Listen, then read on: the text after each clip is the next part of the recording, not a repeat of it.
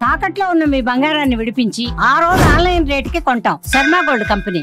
నమస్కారం, welcome to Suman TV. నేను గీతాంజలి. ప్రస్తుతం మనతో పాటు ప్రముఖ ఆధ్యాత్మికవేత్త శ్రీమతి డాక్టర్ భట్టిప్రోలు విజయలక్ష్మి గారు ఉన్నారు. వారితో మాట్లాడదాం. నమస్తే మ్యామ్. నమస్తే అమ్మా. కార్తీక మాసం ప్రధానం సోమవారాలు. కార్తీక సోమవార వ్రతాలని ఆచరిస్తూ ఉంటారు. ఇక అంతగా మేము చేయలేమండి అన్నవాళ్ళు కనీసం ఉపవాసం అయినా ఉంటారు. ఆ రోజున సాయంత్రం పూట దీపం పెట్టడం, ప్రత్యేకించి దేవాలయాలకి వెళ్ళటం కావచ్చు, ఇవన్నీ చేస్తూ ఉంటారు.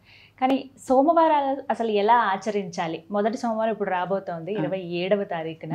మరి ఎలా చేసుకోవాలంటారమ్మా? ఉమ అంటే సోమ. సోమకి రెండు అర్థాలు ఉన్నాయి. ఉమతో కూడిన శంకరుడు అని ఒకటి, అలాగే చంద్రుడు అని ఒకటి. ఇవంతా కలిసి మళ్ళీ శంకరుడిలోనే ఉంటాయి. ఉమ కూడా అక్కడే ఉంటుంది, సోముడు అక్కడే ఉంటాడు. సోమశేఖరుడు కదా, శిఖరం మీద తల మీద శిఖ మీద చంద్రుడు కనుక వీటన్నిటికీ కలిపినటువంటిది సోమవారం. చంద్రుడికి మంచిది కనుక చంద్రుడికి సంబంధించిన పనులన్నీ ఆ రోజు చేసుకోవచ్చు. అలాగే ఉమతో కూడినటువంటి శంకరుడిని తృప్తిపరచడానికి సోమవార వ్రతాలు అవి చేస్తూ ఉంటాం అనమాట.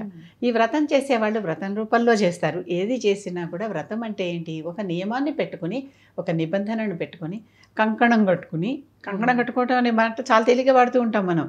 కంకణం కట్టుకుని దిగా నీ పనికి నేను అని అంటూ ఉంటాం ఒకసారి. అంటే ఒక దీక్ష పొనటం అనమాట. ఆ విధంగా చేసేటటువంటివి ఇవన్నీ. సోమవారం అనేసరికి ప్రత్యేకత ఎందుకు? ఆ రోజు మరి ప్రత్యేకంగా ఉమా ఆయన కలిసి ఉంటున్నారని చెప్పుకుంటున్నాం కదా. మరి ఈ నెలలో మన శంకరుడిని ధ్యానించుకోవాలంటే ఉమతో కలిసినటువంటి శివుడిని కలిపి ధ్యానిస్తే భార్యాభర్తలను ఇద్దరిని. రఘువంశంలో కాళిదాసు మొట్టమొదటి శ్లోకం ఏమని చెప్పాడు? వాగర్ధావివ సంపృక్తో వాగర్ధ ప్రతిపత్తయే జగతః పితరవు వందే పార్వతీ పరమేశ్వరవు. జగత్పితరులు వాళ్ళందరికీ, మనందరికీ అమ్మా నాన్నలు వాళ్ళు. అటువంటి అమ్మా నాన్నలకి నేను నమస్కరిస్తున్నాను అని మొట్టమొదట నమస్కరిస్తూ జగతః పితరవు వందే అన్నాడు. వాళ్ళకి వందనం చేస్తూ ఇహ రఘువంశం రాస్తున్నాను అన్నాడు. రఘుమహారాజు వంశం కథ అదంతా రాశాడు. అంటే వాళ్ళు మనకి జగత్పితరులు, మాతాపితరులు. అటువంటి వారికి వారిద్దరూ కలిసి ఒక దగ్గర ఉన్నప్పుడు అమ్మా నాన్న ఒకసారి దొరికారు మనకి కనుక వారికి మనం పూజ చేసుకోవటం అనమాట. ఆ రోజున ఉపవాసాలు ఉండేవారు ఉంటారు. ఉపవాసం అంటే ఎప్పుడు నేను చెప్తూ ఉంటాను, వారి పక్కనే ఉండటం, ఉపవాసించటం, అక్కడే ఉండటం, వారి పక్కనే వీలైనంత దగ్గరగా ఉండటం. అంటే వారి గురించే ఆలోచించటం, వారికి ఏం కావాలో చూడటం, వారి కథలే వినటం, వారి పాటలే పాడటం, వారి స్తోత్రాలే చేయటం, వారి కథలే చదవటం, అలాంటివి. అవి చేస్తూ ఉంటే సమయం లేదు కనుక భోజనం చేసే సమయం ఉండదు. అందుకని భోజనం మానేస్తారు. అంతేకాని మనం భోజనం చేస్తూ కూడా, ఎందుకంటే తింటూ కూడా మనం చేసేటటువంటి జపాలు చేసుకుంటూనే ఉంటాం, ఎక్కడ ఆగం. మనసు వేరే కదా, అది వేరే నడుస్తూ ఉంటుంది. అందుకే కోతితో పోల్చారు. కోతికి తోక వేరే పని చేస్తూ ఉంటుంది, మిగిలిన కోతి వేరే పని చేస్తూ ఉంటుంది. కనుక మనసు దాని పని చేసుకుంటూ ఉంటుంది. మన మనసుని ఎప్పుడైతే కంట్రోల్ చేస్తున్నామో, మనం ఏం చేస్తున్నా కూడా ప్రహ్లాదుడు చెప్తాడు భాగవతంలో, నేను ఆడుతూ తింటూ పాడుకుంటూ నిద్రపోతూ ఎప్పుడు చేసినా నేను హరినామ సంకీర్తనే చేస్తానంటాడు. కనుక భోజనం చేస్తూ చేయటం తప్పేం కాదు అది. కాకపోతే చాలామంది ఉపవాసాన్ని ప్రిఫర్ చేయొచ్చు. ఎందుకంటే అన్ని మతాల్లోనూ కూడా ఒక నెల రోజుల పాటు భోజనాన్ని కంట్రోల్ చేసేటటువంటి వ్రతాలు ఉన్నాయి ప్రతి వారికి. ఎందుకంటే అది ఫిజికల్గా ఆరోగ్యానికి చాలా మంచిది అనేటటువంటి భావన.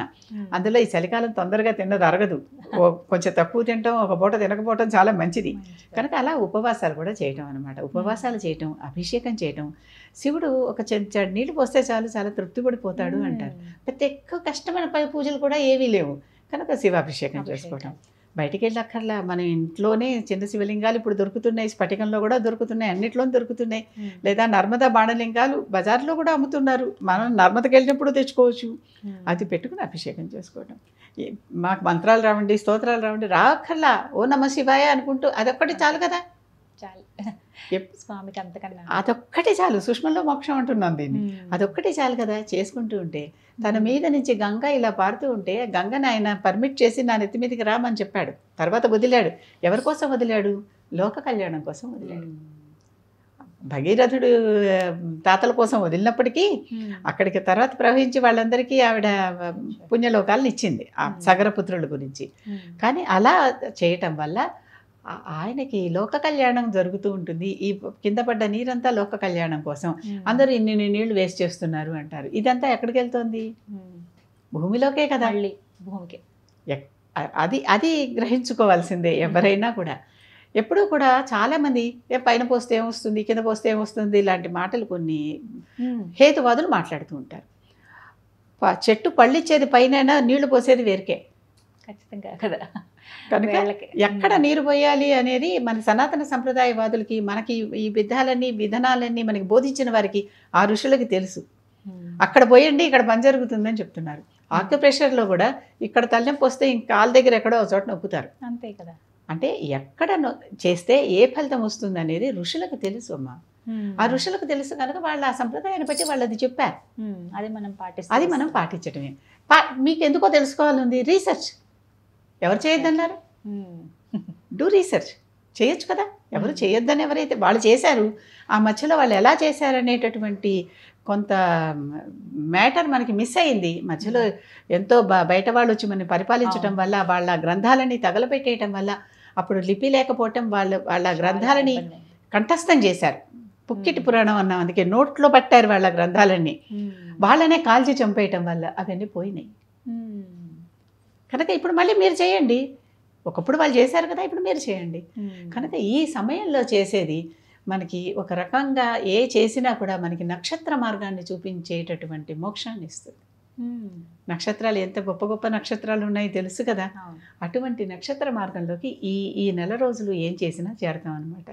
కనుక ఏం చేసినా, ఏది సోమవారం అనుకున్నాం, సోమవారం ఏమేం చేయాలి నిర్ణయించుకోండి. 1, 2, 3, 4, 5 ఇవి నేను చేయాలనుకున్నా, ఈ పురాణం చదవాలనుకున్నా, ఈ స్తోత్రం చేయాలనుకున్నా, ఈ అభిషేకం చేయాలనుకున్నా, ఈ ఆలయానికి వెళ్ళాలనుకున్నా, అక్కడ ఇలా దీపం పెడదాం అనుకున్నా, అక్కడ పూజారికో మరొకరికో ఈ దానం ఇద్దాం అనుకున్నా, ఒక లిస్ట్ వేసుకోవచ్చు కదా.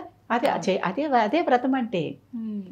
వ్రత కథలు చదివితే అక్కడ ఒకరికి ఎప్పుడు ఎంత మంచి జరిగిందో తెలుస్తుంది. వారికి అది పుణ్య విశేషం, వారికి కూడా కొంత ఏదో పాపం ఉండి కష్టపడి ఆ తర్వాత వారి ఆ వ్రతాన్ని ఆచరించడం వల్ల వాళ్ళకి ఆ కష్టం తొలగిపోయినట్టు ప్రతి వ్రత కథలోనూ ఉండేది ఇదే. సాధారణంగా వ్రతాలన్నీ పార్వతీదేవి శంకరుడిని అడిగినట్టు, శంకరా ఎందుకు ఇట్లా అవుతోంది చూడు, వీళ్ళని రక్షించు అన్నట్టు తల్లి కదా అడుగుతుంది. అడిగితే అప్పుడు శంకరుడు ఇలా చేసుకోవాలి అని చెప్తాడు, అది చేస్తాం. కనుక ప్రతి దాంట్లో కూడా అమ్మ నాన్న మన వెనకాలే ఉండి మనం రక్షిస్తున్నారన్న భావనలో ఉంటూ, ముఖ్యంగా మనం చేసుకోవాల్సింది ఈ వారం ఇది చెయ్యాలి, ఈ రోజు ఇది నేను చెయ్యాలి అనేది మనకి మనం నిర్దేశించుకుంటే డిసిప్లిన్కి డిసిప్లిన్ వస్తుంది, ఆధ్యాత్మికత వస్తుంది, దాని ఫలితానికి ఫలితం వస్తుంది. ఫలితం రాలేదని ఎప్పుడు ఎవరు అనుకోవద్దు. వెంటనే ఫలితం రాకపోతే ఇంకొన్నాళ్ళు చేస్తే వస్తుంది అంతే. ఫలితం రాలేదు అని బెంగపడటం అనేది చాలా అమాయకత్వం. చేసిన ఏ ఒక్కటి వృధా పోదు. చేసిన కర్మము చెడని పదార్థము, చేరును నీ వెంట. మనతో ఎక్కడికి వెళ్తే అక్కడికి ఎన్ని జన్మలైనా కూడా మనం చేసిన కర్మ ఫలితం మనకు వస్తూనే ఉంటుంది. కనుక అది ఎప్పుడు చెడదు. ఆ చెడంది మనతోనే ఉంటుంది. కనుక ఇవాళ ఒక సోమవారం చేశాను, నా పని కాలేదు, 4 సోమవారాలు చేయి, లేకపోతే 4 ఏళ్ళు చేయి, తప్పకుండా అవుతుంది. అది ఓపికతో ఉండాలి, నమ్మకంతో ఉండాలి. అది నాకు ముక్తి మార్గాన్ని చూపిస్తోంది అనేటటువంటి ఆ విశ్వాసాన్ని కలిగి ఉండాలి. చక్కగా వివరించారమ్మా, ధన్యవాదాలు.